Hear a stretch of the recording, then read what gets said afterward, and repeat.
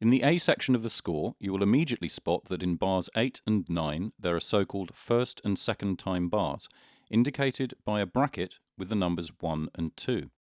This means that at the end of the first pass, the content of the first time bar should be played, and when you repeat the section, you skip the first time bar and play the content of the second time bar instead.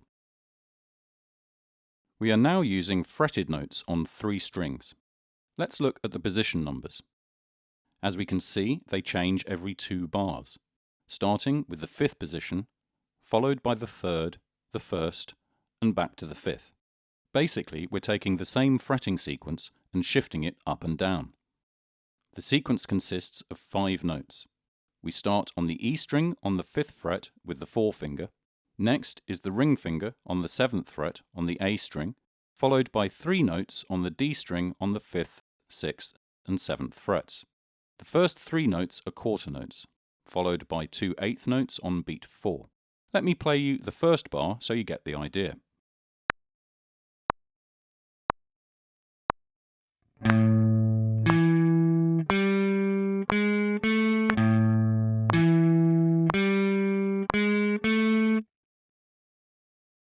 The same thing happens in the second bar, and we move with the same fretting sequence to the 3rd and 1st frets, each for 2 bars. In bar 7 and 8, we are changing the fretting pattern, and we will only use the E and A strings. Here are bars 7 and 8.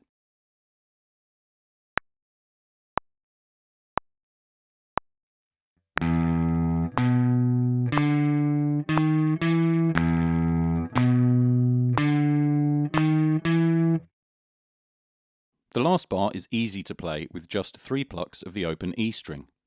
Let me play you the complete A section, including the repetition and the first and second time bars.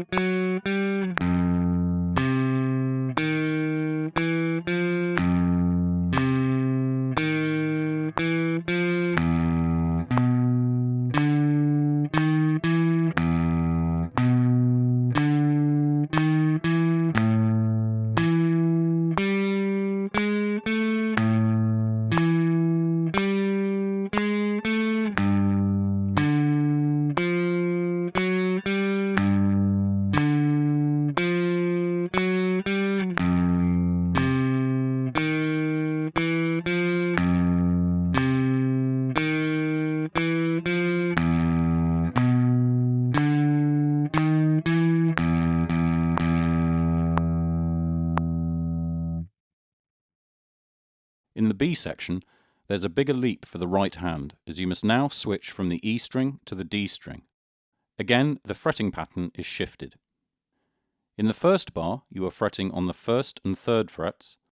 In the second bar, on the 3rd and 5th frets, each time using the index finger and ring finger. Make sure you don't move either finger too far away from the strings while they are idle. This is what it should look like.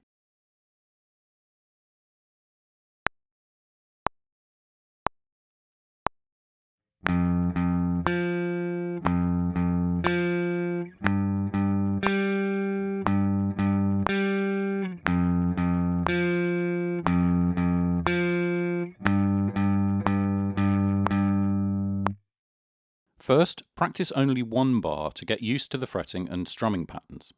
Then continue with the changing between strings. The C section is similar to the B section, but using adjacent strings. In bar 1 and 2, these are the A and D strings, and in bars 3 and 4, the E and A strings. Everything is played in eighth notes, except for the last note in each bar, which is a quarter note. To rehearse this, you should proceed as follows. First, get familiar with the first bar, and get used to the strumming and fretting pattern. Then, try the next bar in the first position.